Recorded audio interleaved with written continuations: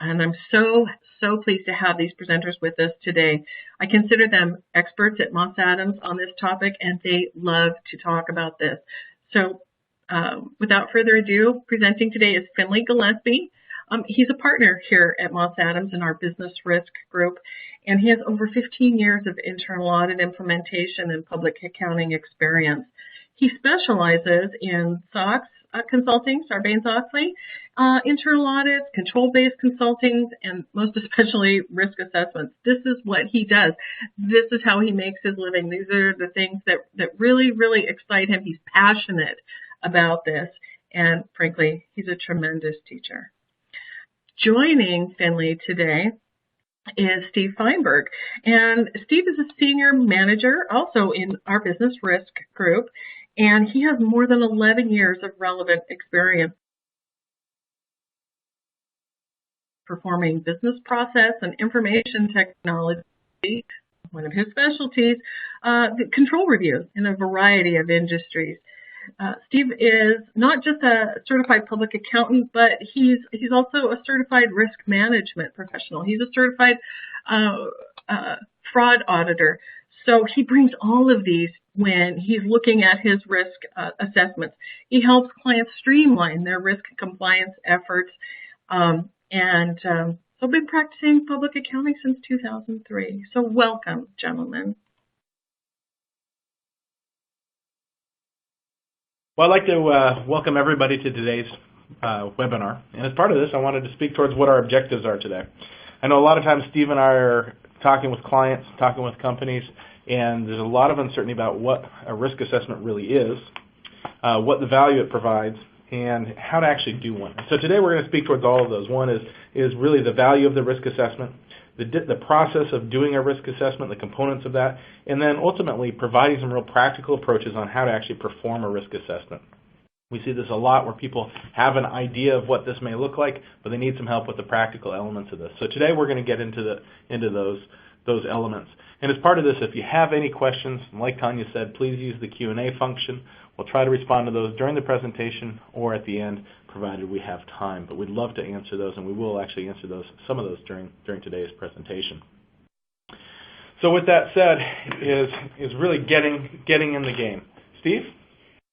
Yeah, so there are a number of elements that you need to consider to have the right mindset across the organization as far as that goes. And I think that this slide really talks to that. So the number one thing to think about from a mindset perspective when you're doing a risk assessment is you want to create and protect value. Primarily, you want to protect value. You want to not lose the value that you have built in your business. And the idea of creating value, it sounds a lot like opportunity, which is upside risk, and we'll talk a little bit about that over the course of this presentation. The next thing is you really need to be an integral part of, it needs to be an integral part of all the organizational processes. And, there's a certain framework that comes directly out of it, but the principle is basically the same for any of the risk assessment, and that should be you should develop a universe, if you will, that includes all departments, functions, locations, and consider the whole organization-wide elements of it. And then once you have that universe, you can scope things out. But you need to have a full population, a full universe of things to keep track of. And one of the things that you get to do with this is a risk assessment can be used in a variety of ways.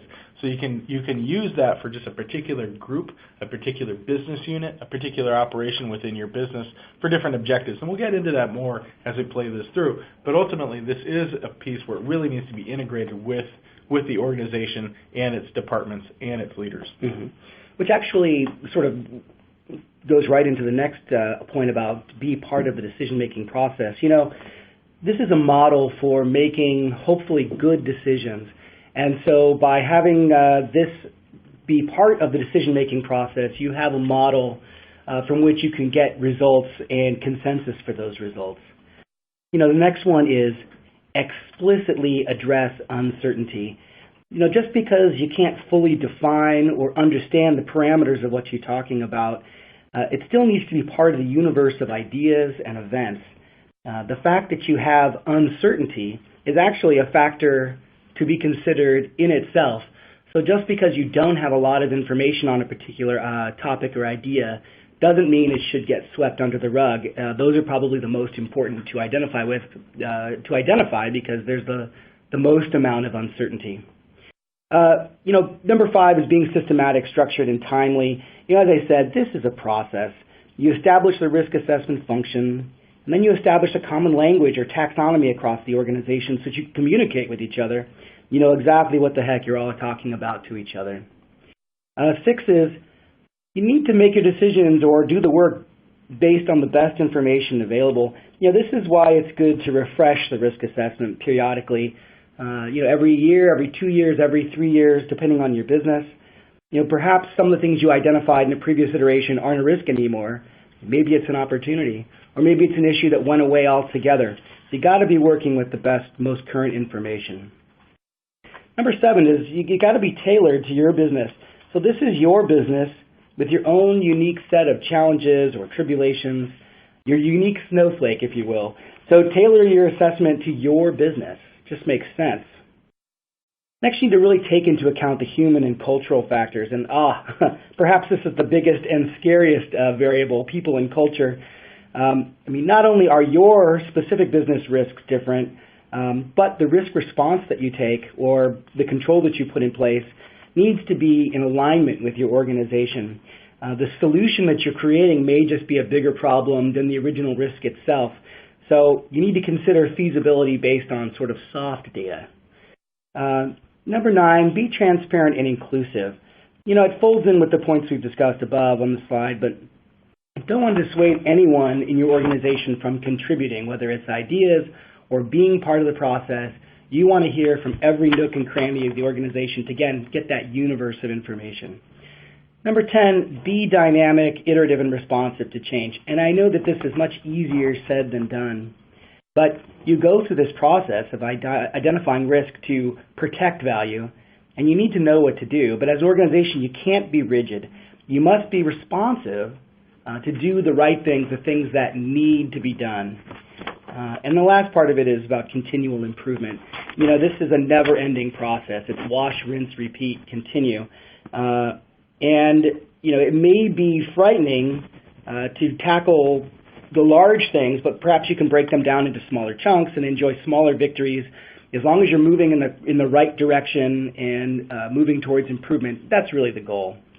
So, Steve, I know that this is a lot of bullets on one slide, and it's even risky for us to present it to you on today's webinar. But what we wanted to do is get everyone in this mind of thinking, okay, what does this look like? How do you get in the game? And I think this next graphic really demonstrates, in practical terms, what this looks like. Why to have a risk assessment?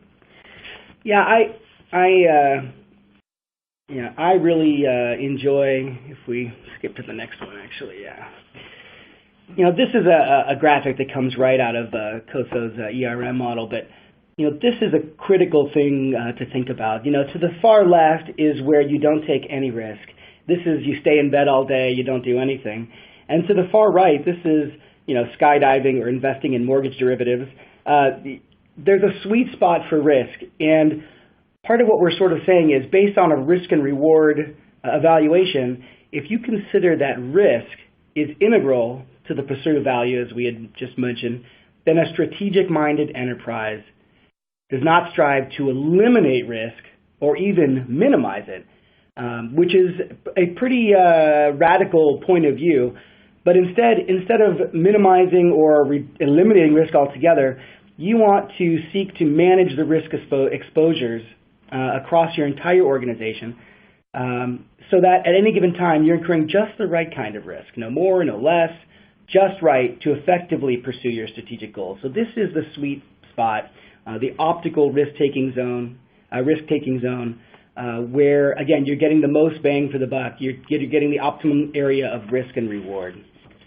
So as part of this, let's talk just a little bit about what risk is, right? And I know I've got one particular CEO I was talking with the other day, and we presented the concepts of a risk assessment. He loved the idea, but he was concerned about this term of risk. And part of that was just coming into kind of definitionally what that meant. And so let's talk about that. So risk is a factor, thing, element, or course involving uncertain dangers. And I think when I think about the risk assessment, what we want to do is go through this process systematically and we'll be sharing that today, about how to actually identify, assess, and prioritize these things, and ultimately so that we can respond and monitor them.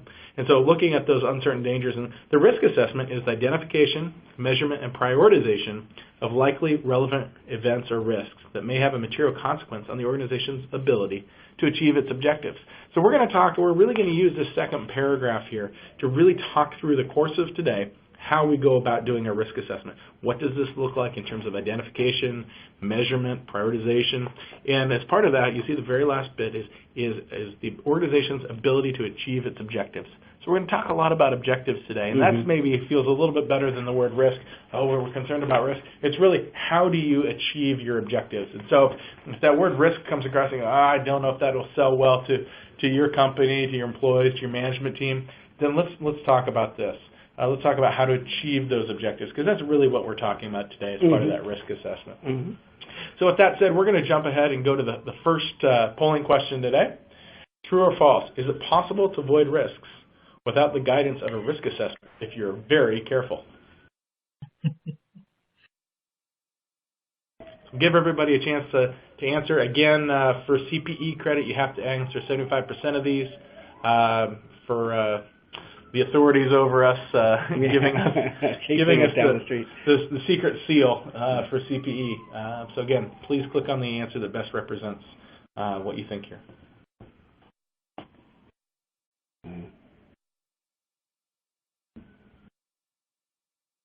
And we're going to give just a second longer. I know we've got a couple of people still responding. We have quite a few of you on the call today.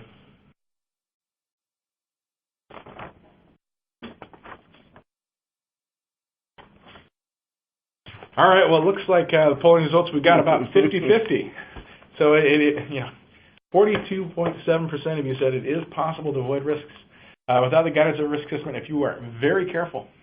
Well, what we hope to share with you today is our firm belief through the guidance that we've done and our practical experience to work with a number of organizations is that while you may get there, you may be in that 42%, really to have some certainty that you'll be able to avoid those risks, you need to do a risk assessment. And they can look like a variety of different shapes in the extent of what the work you do, but really going through that risk assessment. So hopefully if we were to take this poll again at the end, we'd have more people in the false category.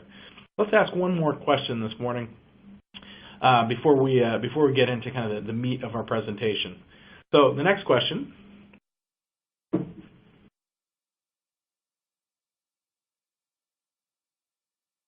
Here it is. What do you consider to be among the primary influencers of risk at your organization? So again, this is a group of stakeholders in the company, so stockholders, stakeholders, compliance. What are all these things? So again, click on the answer that best represents your thoughts.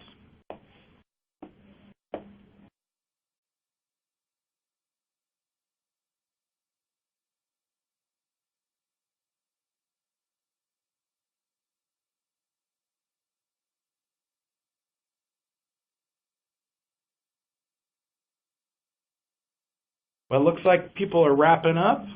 Tanya, you want to go ahead and close this poll so we can see the results? Oh, very interesting.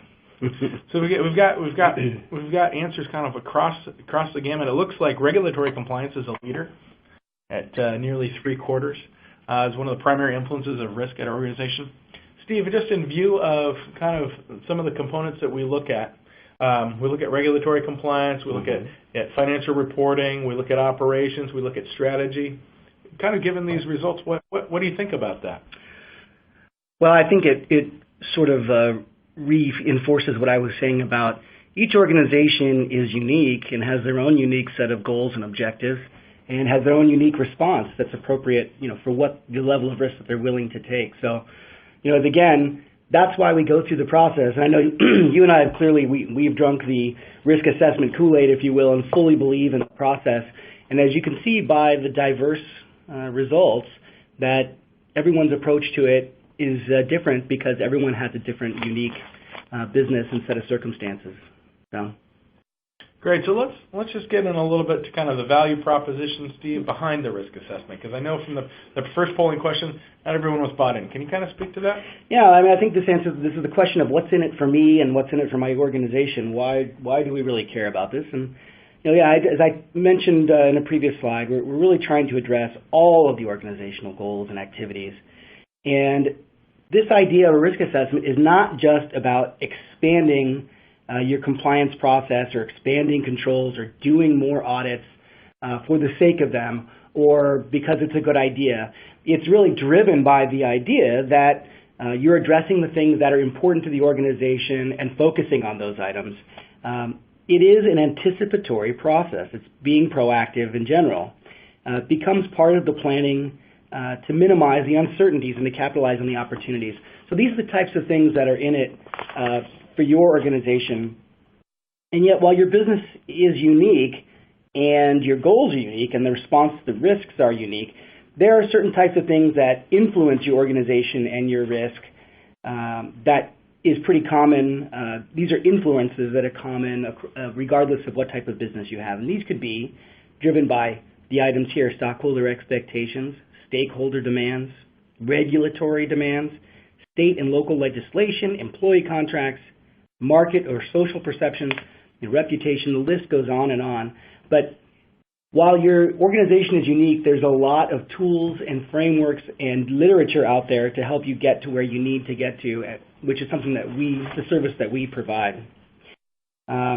Which actually leads me to our slide of the process itself. So, as I mentioned, this is a circle because this is a continuous process. And it all starts with identifying. And Findley will get into more of the details of it, but it starts off with objectives and risk. Once you identify what your objectives are and the risks to meeting those objectives, then you can assess the risks. And based on your knowledge now of what your objectives are and the risks that are available to not to meet those objectives, then you can respond. And then again, we'll go into this whole thing of rinse, wash, repeat as it goes on and on. So Findley, do you want to jump into this portion of identifying? Certainly. So again, what we want to do now is get into the real practical guidance of how to do this. So the first thing is the identification step. And that's both the identification of both objectives and risks. Let's talk about first about the objectives. So objectives, what are they? They're the purpose of the organization. So that's really kind of the core there, is the purpose of the organization and what it seeks to accomplish. And so you can use that. You can also use this as a synonym for that. You can use goals. You can look at all the different groups that we just addressed that influence that. But ultimately, what we want to do is we want to identify the organizational objectives of the company, right? Those things that the company exists to do. So as part of that, what we want to do is rock through a couple examples of what some of those things would look like. And this is both the objectives, and then the corollary would then be the risk. So you see at the bottom here, you may have some, such as safeguarding of assets, tangible and intangible, whether it be cash and property. It could be intellectual property or reputation. I know a lot of boards right now are very, very concerned about accessing or unauthorized access to their systems. You look at some of the things that occurred, like say with Sony as an example, some of the hacking situations.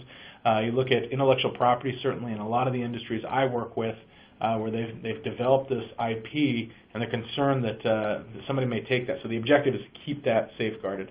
Maybe an efficient and economical use of available resources, right? So sharing resources, whether it be equipment. I was speaking with a company recently, and they're looking towards how they can better utilize their resources across the organization. So not keeping them all hoarded in one location, but sharing those in a way that would really help the entire organization. Compliance with laws and regulations. We saw that come through as a highlight in one of the polling questions earlier. Certainly there's some elements related to regulatory compliance you just have to do. And again, this risk assessment can be utilized for both compliance type activities. It can also be used for just pure operations types activities. It can be used for reporting type activities. It can be used for strategic type goals. So again, it can go across all of that. So here's just a couple of examples here. What we want to do is also share a couple of industry specific examples. So as part of this, if you are a public company or you're planning to go public, Maybe it's, again, that safeguarding of the IP, but it could also be SOX compliance or Sarbanes-Oxley compliance, our internal controls environment. What's going on with some of the regulators, and ultimately so that your auditor can issue a clean opinion. So again, there may be some of those things that may be also influence to the street, the information you're presenting. Certainly no one wants to have a restatement.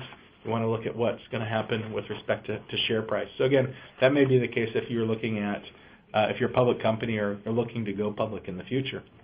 If you were, as an example, if you were a healthcare company, some of those objectives and the corresponding risks would be HIPAA compliance, right? So the goal is to keep that data safe, and certainly all of us as users of healthcare systems want to make sure that we're focused on that, or that they're focused on that, right? You know, and that kind of comes into some of those other elements that you might see if you've shopped at some of the big box stores and then your credit card data gets hacked. Certainly nobody wants that, so that'd be another example of safeguarding of particular information. Certainly within healthcare, it's HIPAA compliance. It could be physician contracting compliance, you know, joint ventures, and that goes beyond just healthcare organizations. But when I think about just the consolidation that's going on in the healthcare industry right now, there's so many opportunities for that. So again, these are just kind of a set of examples of some of the specific objectives that you as an organization, and it's dependent on your certainly it's dependent on the industry in which you operate. But again, these are maybe some of the objectives that you have. But really what we want to do is focus on those objectives. Yeah, and I would say the other main thing about this is this can be very broad or this can be very specific. So from a broad perspective, you could talk about doing an enterprise-wide risk assessment where you take a broad brushstroke or swath across the organization. It could be for the parent with many subs, or it could be just a subsidiary. It can be very broad, while it can also be extremely specific. You may have a particular focus area. You know, if you wanted to do a strategic risk assessment, maybe you're just evaluating the risks to the organization's mission and objectives, governance, you know, or maybe you're more focused on compliance. Most of the SOX companies we deal with do a top-down risk assessment that is strictly about external financial reporting. And so that is a specific risk assessment. However, another organization may be more focused on compliance. If they do a lot of government contracting work or federal contracting, they may find that the most important objective is to make sure that they're reporting in accordance with CAS or cost accounting standards. So again, this can be as broad or specific as you want, but it is all driven by what the objective is, and the objective needs to be somewhat specific on that. And so that's really the process of making it as broad or specific as you need it to be. Great, Steve. So we've just heard about how you can apply this methodology, and again, thinking about that slide that's got the circles on it, right? The wash, rinse, repeat, right? So as part of this is we've got this approach, and really this can be applied to different business units within an organization, different factors. If you're again strategic, if you're looking at financial reporting, all of those sorts of things. One of the terms that I threw out is that this first piece is that we want to identify the objectives, but then also the risks. So let's talk a little bit about risks. We've already defined it earlier. But let's talk about really kind of this risk identification. So again, that first phase is to identify both the objectives and the risks. And really in the context of a risk assessment, risks are those things that actually would block us from achieving our objectives. So as part of that is it could be anything. It could be legal liability, data integrity, fraud, all these things that could impact our ability to achieve our objectives. So again, we've talked a little bit about this. You know, see the fall in stock price there, and that would be again for those public companies out there joining today. And so again, what we want to do is we go through this process and identify the company's objectives, and then those risks. Another way to put that is what could go wrong. What are those hazards or those other things that could prevent the company from achieving those objectives? So again, and it could be not just completely blocking, but it could be underperforming. Some of the missed opportunities, et cetera. And so what we want to do is then take these concepts and actually evaluate them both based on likelihood and impact. And so we're going to talk a little bit about what we actually do with these things. But first, let's jump into just a quick brainstorming session. So when we think about how this works, a lot of companies go, oh, well, we know why we exist. We exist to manufacture widgets, to cure cancer, to provide healthcare services, to build bridges, to do all sorts of things. But as part of this, we've got the objective, but then from there, sometimes the risks get fuzzy. And so as part of this, what we want to do is actually begin with this risk brainstorming session. So really thinking about all the events or the risks that could happen. So maybe it's something like, those incidents that could occur internally or externally. Right? So you want to look at kind of a mix of what could happen both in and outside the company, things that could affect strategy. Maybe it's that you've got good processes and sound controls, but something breaks. It could be that just given the growth that you've got, something else breaks. And so what you want to do is start really with kind of that brainstorming. And that brainstorming session should really allow any of those risks, any of those what could go wrongs, how could things be underperformed, how could things break as it relates to the core objectives that you already identified. So it really starts with that brainstorming, and then it gets into that information gathering piece. Because ultimately what we want to do is we want to identify all of these. We want to identify the objectives, we want to identify the risks, and then we're going to go about actually assessing them. So that first piece is brainstorming, just to get that full population of what these things are. And that's absent with kind of this evaluation. Well, could that happen? Do we live in an earthquake zone like my friend Steve here does? Or what does that look like? So again, without kind of evaluating these risks as they get thrown out, is just take that pure brainstorming approach. And then gather information on this. So start getting information that you already have. Maybe you've got some process documentation on this. Maybe as a board you did a retreat 2 years ago that addressed a lot of these. So again, it's an opportunity to start pulling this information together. And through this, you're going to kind of go through this distillation. It's an iterative process filled with a lot of interviews, but it's going to be distilling in a way where you start with that brainstormed list and start filtering it through. Yeah. And I would say, as I mentioned at a point before about being integrated throughout the organization, that brainstorming and information gathering, it should be across functions. It should be across levels, from CEO down to lower manager, maybe even some supervisor. Across divisions, across locations, you want to make sure you're touching every part of the business that's within the objective to make sure, again, you're building that universe. You want to create that universe of things that you know about that you need to address. And that may come from an unexpected source within the company. Nobody knows your business better than you do. And so the fodder for creating these items come from within the company, from people who work intimately with these processes on a daily basis.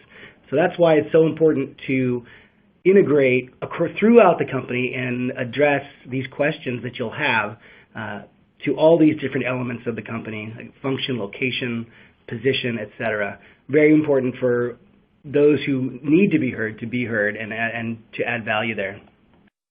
That's great, Steve. And so I think that getting towards the end of kind of where we are with this first phase, that first bubble, which is identification. So I want to ask a quick polling question. The true or false? A risk assessment may also identify opportunities. So click true or false. Give everyone a second.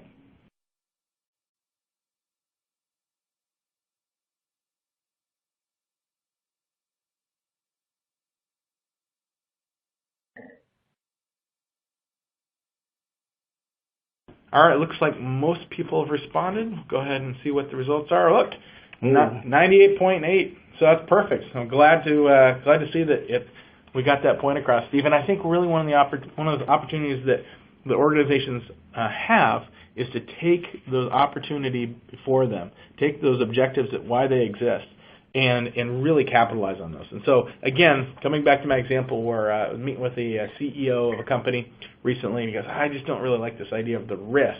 He really wanted to phrase it in terms of opportunity. So, again, a great example here.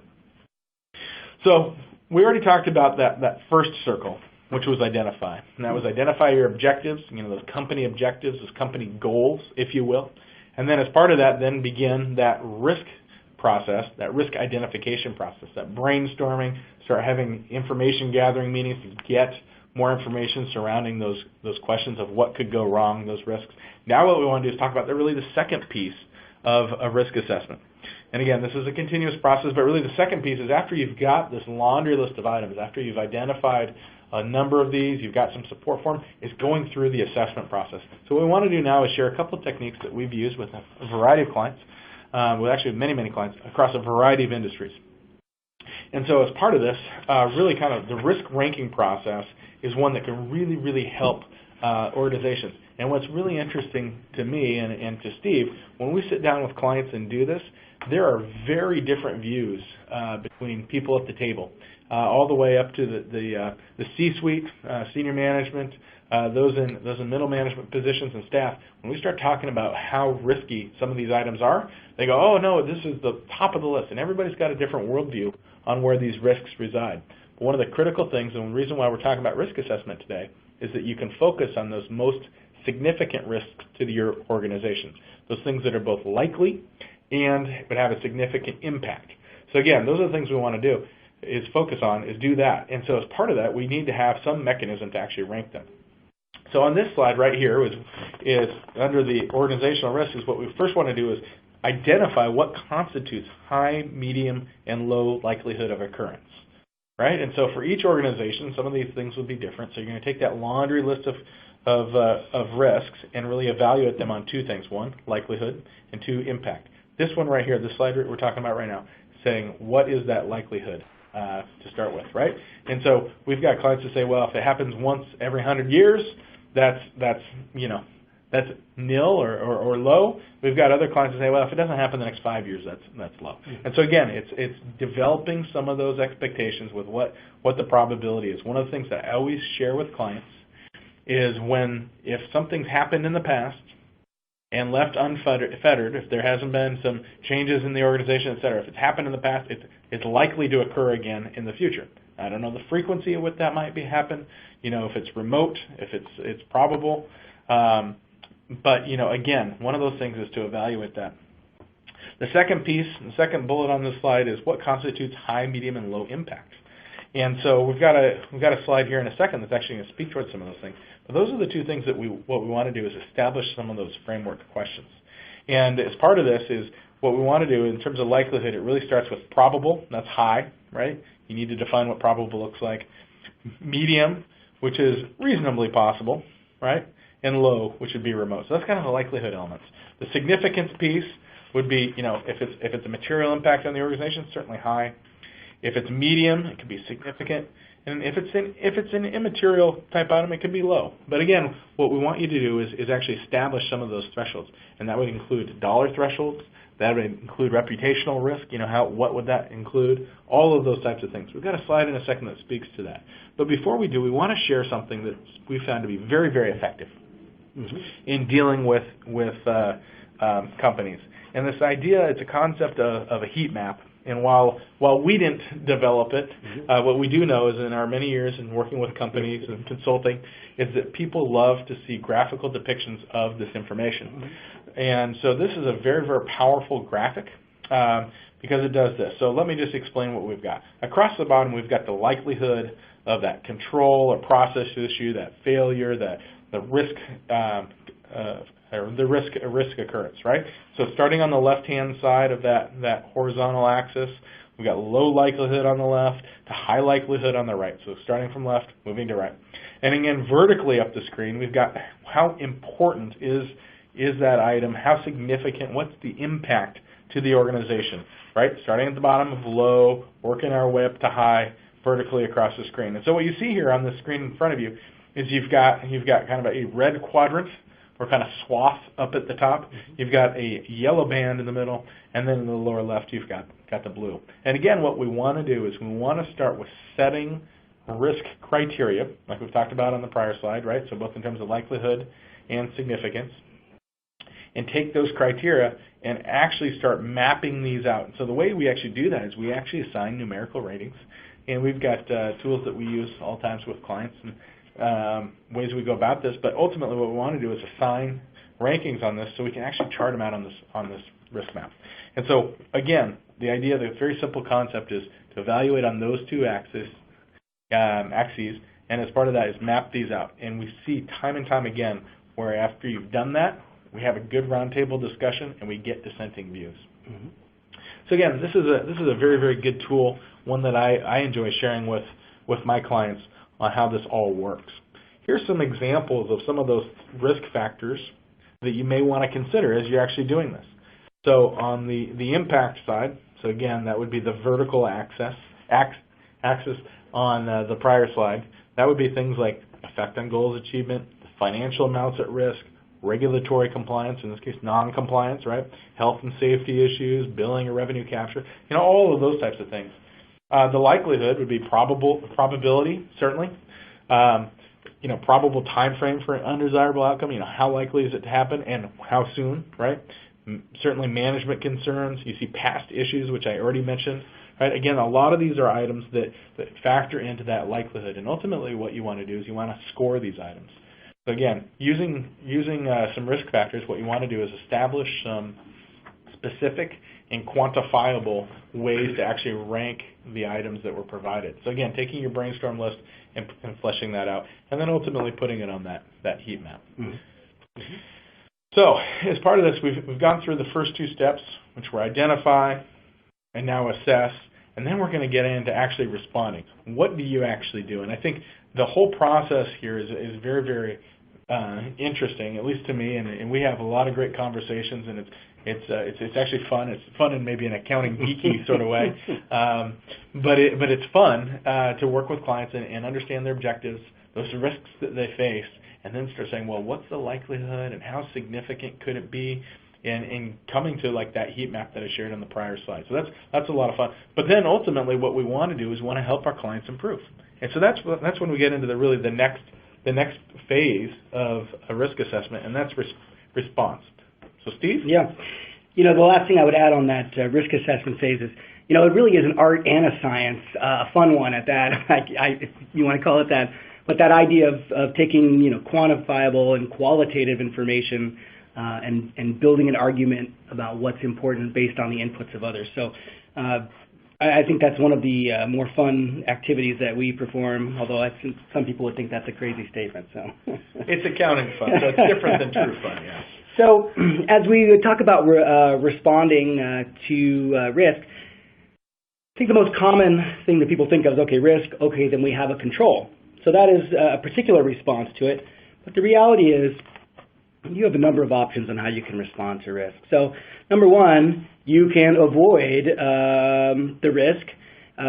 Basically, you can take steps to remove the hazard or engage in some type of alternative activity or exposure to minimize the impact of that risk.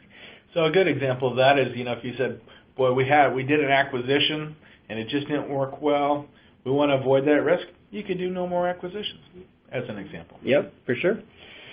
Increase, well, it's probably counterintuitive to some because maybe you're thinking it's actually an opportunity, but it could be something also where, let's say you have a fixed element regardless of production amount, and maybe by increasing your production, you're actually reducing the risk by the unit of cost or something of that nature. So by actually increasing the overall activity, you may actually be reducing the risk, but perhaps on a per unit level. Another element would be removing the source of it. Maybe you have a particular sticky vendor or customer that if you were to eliminate that one element, you could reduce your risk profile significantly. So that is something to consider as well. You can reduce or mitigate the risk, so systematically reduce the extent of exposure and the likelihood of occurrence. So this is where we're getting into implementing controls, internal controls. Number 5, share or transfer the risk. When you think about this, I think the primary example is insurance, but the risk management strategy in which insurable risk is shifted to another party, by means of an insurance policy or something of that nature. Basically, you're reducing your risk by sharing it or transferring some of it to another party. And the last element is, of course, you can just accept the risk. Risk management technique is appropriate where the cost of the risk is acceptable because the risk level is insufficient to justify the cost of other response. And this is where you get into elements of companies who self-insure or they identify the risk, but they're willing to accept the impact and likelihood of the risk occurring and not taking action on it. So there's a difference between not considering an element versus considering it and realizing that you're going to accept it. Two very different approaches there. And Steve, I know that's something that's critically important. Is sometimes people go, well, if I say it, then we're going to have to do something with it. And that's not always the case. In this case, there are certain risks that exist for all organizations. And you may just choose to accept that risk. You go, boy, it's just not going to be significant enough, or the hurdle to reduce that risk just doesn't provide that return. And so again, not all of the things that we've been mentioned, certainly in that brainstorming session we talked about earlier, have to actually be addressed. Some of those you may choose to accept, but what we want to do is actually have a mechanism where you can thoughtfully accept those risks or do something else, as we see here on this slide. Well, as we talk specific, I know the primary response that we deal with as professionals is the implementation of controls. And so I'm not going to sit here and define what controls are to this crowd, but the control activities, these are procedural actions taken to carry out management directives. So these are such things as approvals, authorizations, verifications, etc. So the common examples you might find, it could be a particularly high-level strategic business plan that defines the organization's goals. It could be a three-way matching of payables. It could be a disaster plan for IT. So we're familiar with what controls are and what they do.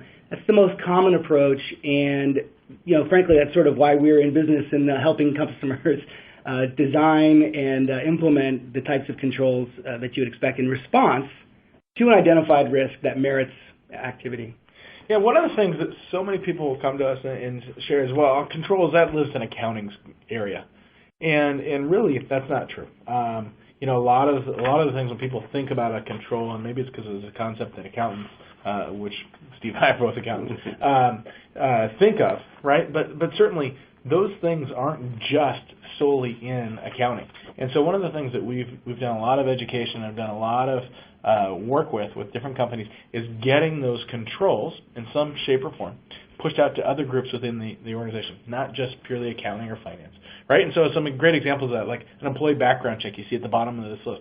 Well, that's not an accounting control. Now, certainly it helps some of those objectives in accounting, but some of those things, an employee code of conduct, right? Those aren't necessarily accounting controls. Having sound policies and procedures about how jobs are supposed to be run out of a construction site such that nobody gets injured, right? Having some of those safety requirements. Elements of contractual compliance, making sure that you've got sound procedures over that. So this concept of control, everyone wants to rush and say, well, that's an accounting thing. I'm not an accountant, and so, hey, that's not really me, and so if you've got employees out in the field somewhere, you've got retail locations, you've got a construction company where you're out in the field doing something, your assisted living, whatever it may be, right? Where you've got kind of this distance, physically, and a lot of times physically, from accounting back in some central place with other groups, is we don't want this to be just purely an accounting perspective. So again, those things can be controlled, all types of decisions throughout the organization. So you basically develop a set of actions to align the risk with the risk tolerances. We didn't get into a discussion of risk tolerance or risk appetite. You could probably do a whole webinar on those, but I think that they sound pretty self-explanatory in terms of part of the element of when you are assessing risk. Before you do that, you need to define, well, what is my risk appetite? What is tolerable? So essentially that needs to be defined, but you really want to be able to respond and say, how has your department responded to its material or high-rated risk areas? And has your feedback and recommendations been instrumental with stakeholders? Really what it comes down to is it sufficient? Are you relying on very strong major management review type detective controls, or perhaps you have a series of smaller controls that in concert address the risk or the assertions underlying it for financial? But these are the types of questions in the response that you want to address. We didn't focus a lot on how you address the risk because we really wanted to talk more about identifying and assessing, but really just wanted to close the loop on the circle that we identified. The idea of monitoring and that this is a never-ending process. If you look at the monitoring cycle itself, you start in the box on the left, potentially. I'm not going to dwell on the whole idea of this wash, rinse, repeat we keep saying, but number one, you do your risk assessment. And then number two, you make a plan based on the results of that risk assessment. And then three, you do the work. You have audit plans, whatever it is that you're doing to address that, and then you see what the results are. And then you follow up with management's action plan in response to whatever remediating activities that were identified as you were performing these audits. And then you do it all over again. But hopefully at this point, when you refresh and rinse and repeat, you're dealing with an environment that's controlled on a higher level. And each time you do it, you get more and more assurance out of your environment. So what we want to do now is just jump to final polling question of the day. It's when should we have a risk assessment performed? So we got a variety of options here. Let's go ahead and click what makes the most sense to you. And again, you do need to answer 75% of the polling questions to get CPE credit today. They don't have to be the right answer. They just have to be answered. Yeah. That is actually true. Yeah. NASBA does not require the right answer, just an answer. All right, well, it looks like most of you responded. Let's go ahead and see what this is. So 6.8% said now, which is fantastic. But the other 89.8% said all of the above. Yeah, all of these are great opportunities. So, when I think about some of these risks, as an example, nobody clicked on this specifically, but following a merger or acquisition, certainly your risk profile shifts. When you think about, okay, well, every 3 or 4 years, if you got some kind of static requirements, okay, well, that might make sense. But again, as Steve mentioned earlier, is what we want to do is encourage you to think about performing a risk assessment, both now, thank you for the couple of you who responded that way, but when the changes in your risk profile change. So certainly do that. Do that over a particular area of your business, after an acquisition, after change in personnel, after change in systems, new business line, partnership, et cetera. Please, please, please do that. Also, is just do that periodic refresh. Even absent those changes, there's always an element where we go through a risk assessment, and largely because our clients are actively working to mitigate these risks, right? And so as part of this, they'll go, boy, that's a new risk that we hadn't, before it was kind of a lower priority. And again, thinking about that heat map slide, maybe it was in yellow and now it's moved to the red because you've knocked off all the other red items. So again, it's an opportunity to think about those things. Mm-hmm. All right. Well, what we want to do now is get into kind of the key takeaways. Yeah. Well, we're on the home stretch, ladies and gentlemen. You almost have your CPE here. We've enjoyed talking to you and really want to get into the key takeaways from the day. And, you could make an argument, a risk assessment is by its very nature proactive. I don't think we've pulled the wool over anybody's eyes by defining this process as a proactive risk assessment. Because inevitably, that's the idea of the risk assessment. It's getting out in front of things, preventing surprises, managing your business to avoid these surprises. The other thing is, as you do your risk assessment and you create this process of risk management, you want to build awareness, build consensus across the organization so it becomes part of the culture so that when you are doing those interviews with people, they say, I remember what I was going to mention to you, and I think it's important for the risk assessment process. So that's positive. You want to go in that direction. The other thing is you want to focus on the stuff that matters. Prioritize your risks. Focus on focus your limited resources on the areas that are going to have the most significant impact to helping your organization. Don't focus on the minutia. The next two bullets are about identifying and addressing issues proactively. Identify or create awareness of issues before they occur. And then, by doing that, you're saving your company time and effort to avoid costly issues by addressing them proactively. The other thing is a risk assessment helps ensure resources are deployed in a way that fulfills your organization's mission. We know that this is, as I've mentioned many times in this call, your business is unique.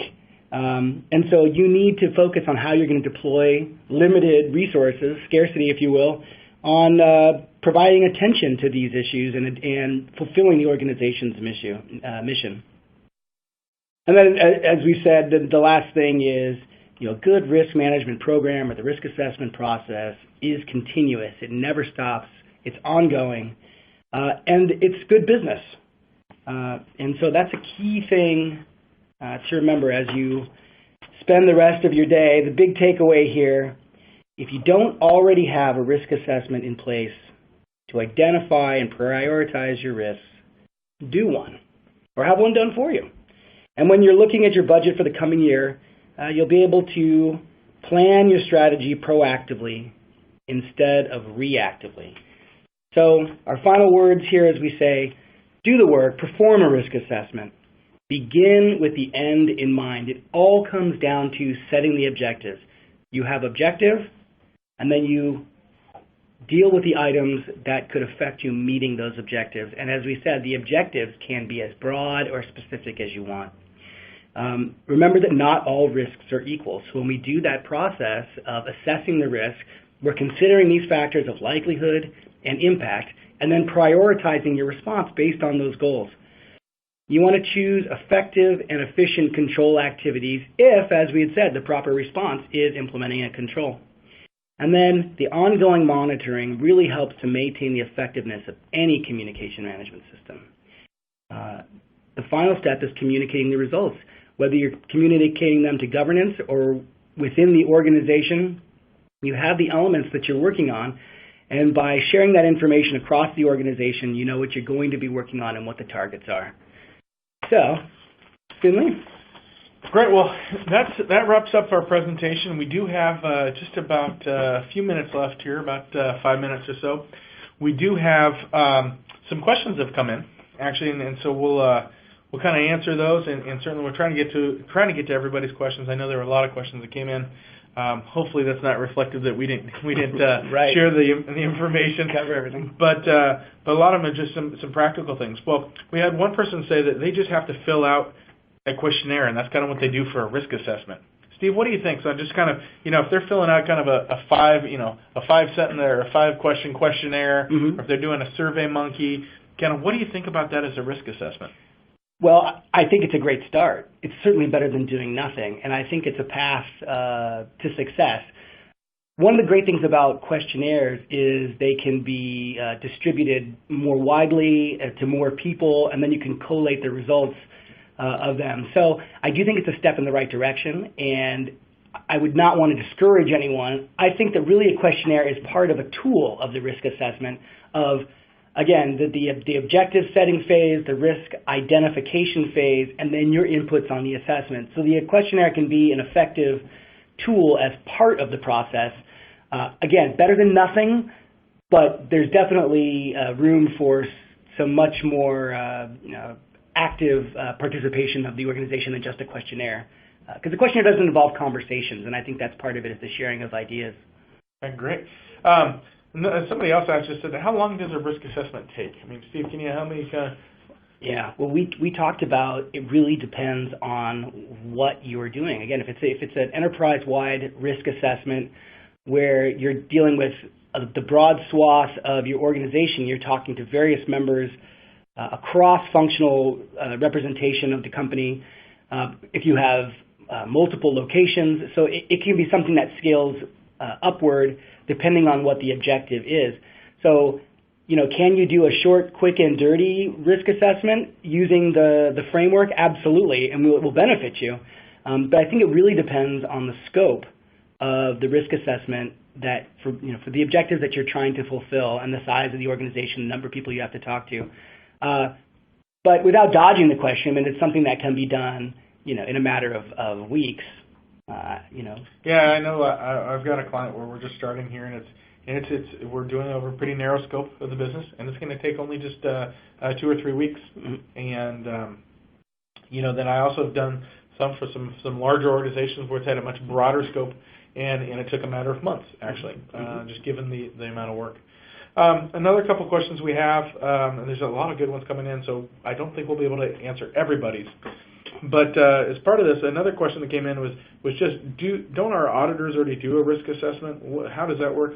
And what I'd share is, on that is your external auditors, I assume that's your question there, is your external auditors are going to do their own sort of risk assessment, but really just as it relates to just the financial statements. So again, making sure that those financial statements are accurate, not going through and doing a corporate-wide or an enterprise-wide risk assessment, or focusing on those other areas of strategy, of operations, both, are your operations efficient? Are they effective? Can you reduce some time there? Or can you be more effective in what you do?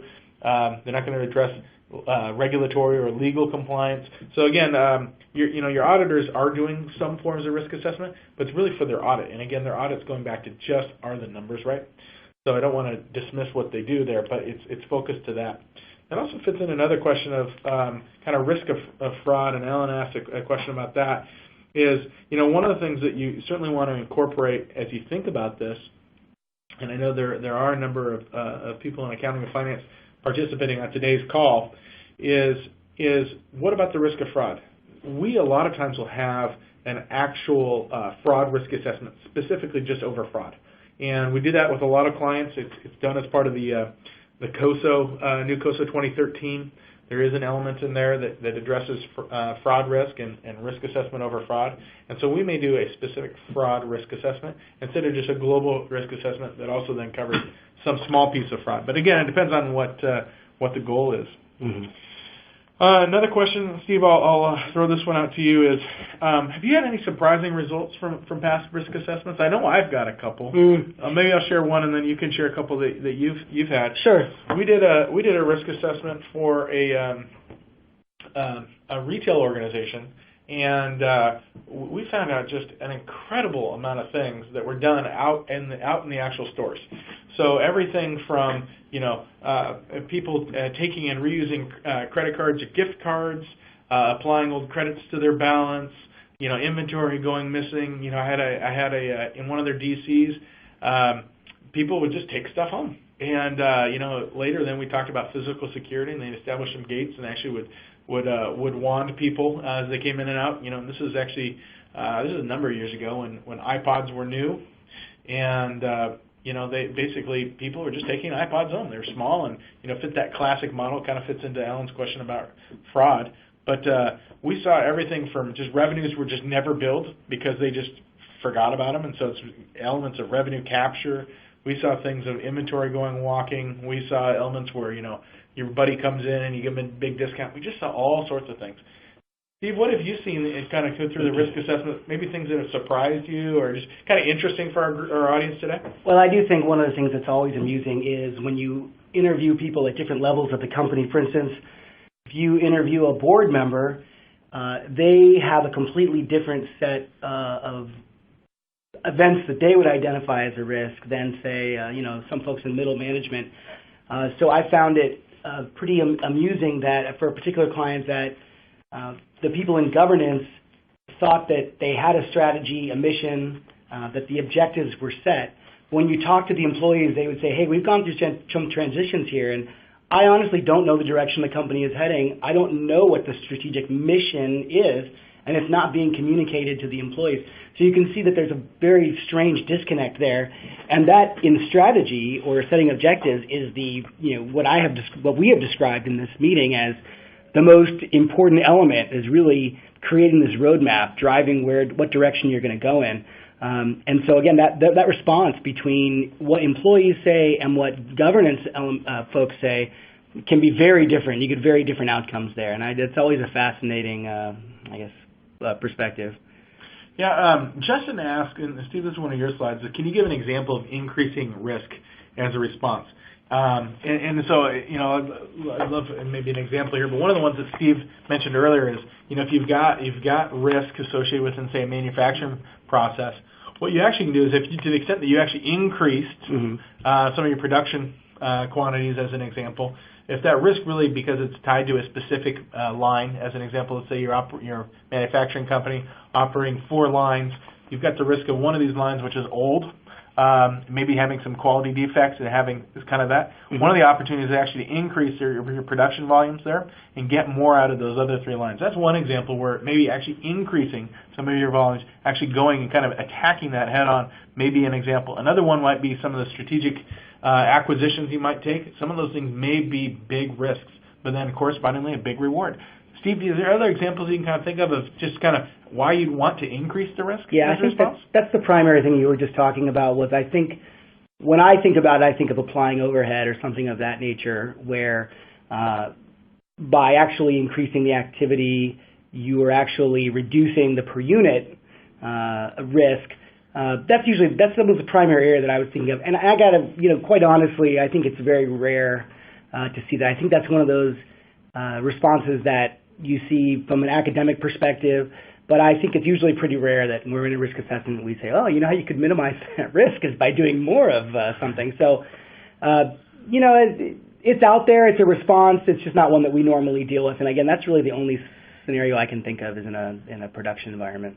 Yeah, and there is that example though, Stephen. I've seen this where if you're embarking on a new endeavor, you got a new business line or unit, where I've actually had clients buy a competitor's similar unit or buy out the competition there. And it's certainly, both of them are fraught with risk, both your internal group that was doing this new product or line of business, et cetera, as well as your competitor. But you wanted to control the whole market, so you went ahead and bought them too. So it did increase your risk, but in that case, you now own all the risk and also all the reward. So again, that's where we are. Well, it's 11:04, so we've taken 4 extra minutes of your time. So thank you so much. What we do want to do is thank everyone on the call today, and for participating. I know there's some questions we didn't get to answer, and Sarah and others will be reaching out to you here. But if you have any questions, feel free to reach out to us. Steve and I are in the process of doing this all day long, working with companies and helping them just evaluate risk, whether it be a full risk assessment, whether they just have questions, where do we go from here? Something broke, all of a sudden inventory doesn't seem to be working correctly anymore. Our inventory system's down, or we can't ship products, whatever it may be. A lot of those things are caused by a very specific pain. And so if you're experiencing some of that pain right now, we'd encourage you to give us a call. We'd love an opportunity to talk. And as part of that, certainly it's free to just talk with us. So I'd encourage you each to reach out to us if you have something that you want. That said, there will be a survey coming out. You will be able to get CPE credit, and so look towards your emails to see more information on that. Thank you so much, and I appreciate you calling in to today's webinar. Thank you all. Bye-bye.